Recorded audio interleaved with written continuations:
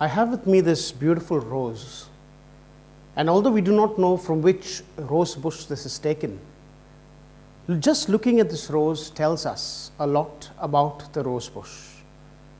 That the rose bush should probably be beautiful enough for it to produce such a beautiful rose.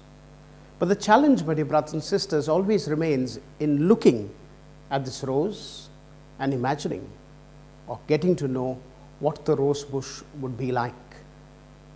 The readings of today, my dear brothers and sisters, operate from a similar perspective.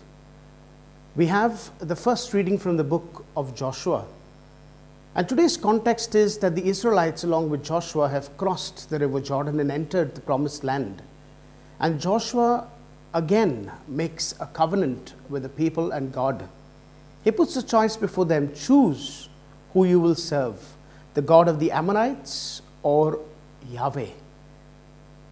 And the people say something very, very startling.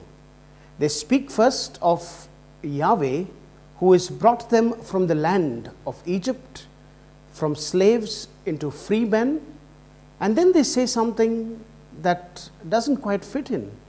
They say, we have seen this with our own eyes. How could they be seeing something with their own eyes that happened long time ago? So long that perhaps it is a couple of generations later. They are able to see it because in the freedom that they experience and in the fact that they've entered the promised land, they recognize God's promises made to Abraham that are being fulfilled. Paul, my dear brothers and sisters, in today's second reading, also, like you and me, has not experienced Jesus walking on this earth, but he has experienced the risen Lord. And this leads him to bring Jesus into every sphere of life. He speaks to the Ephesians and he talks to them about marriage and the role of husband and wife. Very often we stress on the role of the wife, but recognize that Paul uses two words that look very different but are really synonymous in his usage. The first, wives, be subject to your husband. Being subject means giving yourself completely to the other.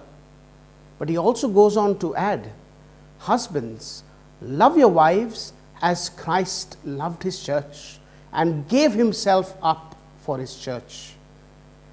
This language, my dear brothers and sisters, of giving oneself up is again a covenantal language. When we share a covenant, we don't share things, we don't share services, we share our very selves. And that is why Paul brings Christ into the picture. He says marriages are joined together by Christ. And therefore, just as Christ gave himself up for you and for me, a husband must give himself up for his wife, and a wife must give herself up to the husband. In the Gospel according to St. John, my dear brothers and sisters, we've just moved from in the bread of life discourse, from Jesus giving us his flesh and blood, commanding us to eat his flesh and drink his blood. And now he speaks of his ascension. People are unable to accept Jesus because they look at him only as a man. They do not recognize in him God's very own Son. And therefore Jesus says, what if you were able to see the Son of Man ascend to the throne, ascend to where he was before? We have two types of people in the gospel passage. The disciples who do not believe and leave Jesus, and Peter and the others who believe and stay with Jesus. What makes Peter stay? What makes the apostles stay? Peter summarizes this in the few words that he speaks. He says, Lord, we have come to believe. We know that you are the Son of God.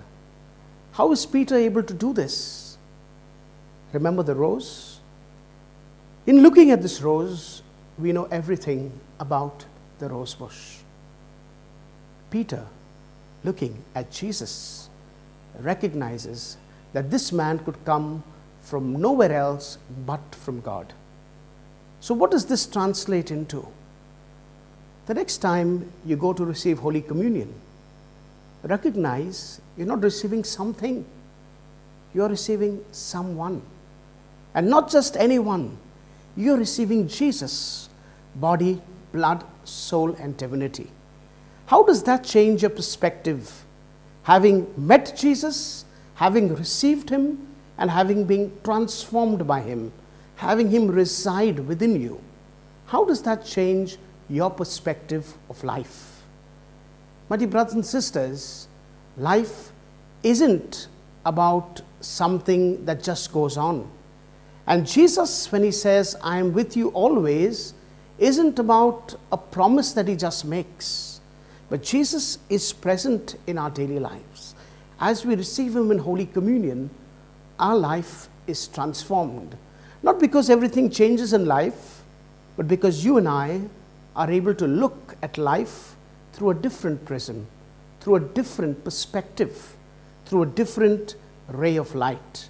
And that makes all the difference.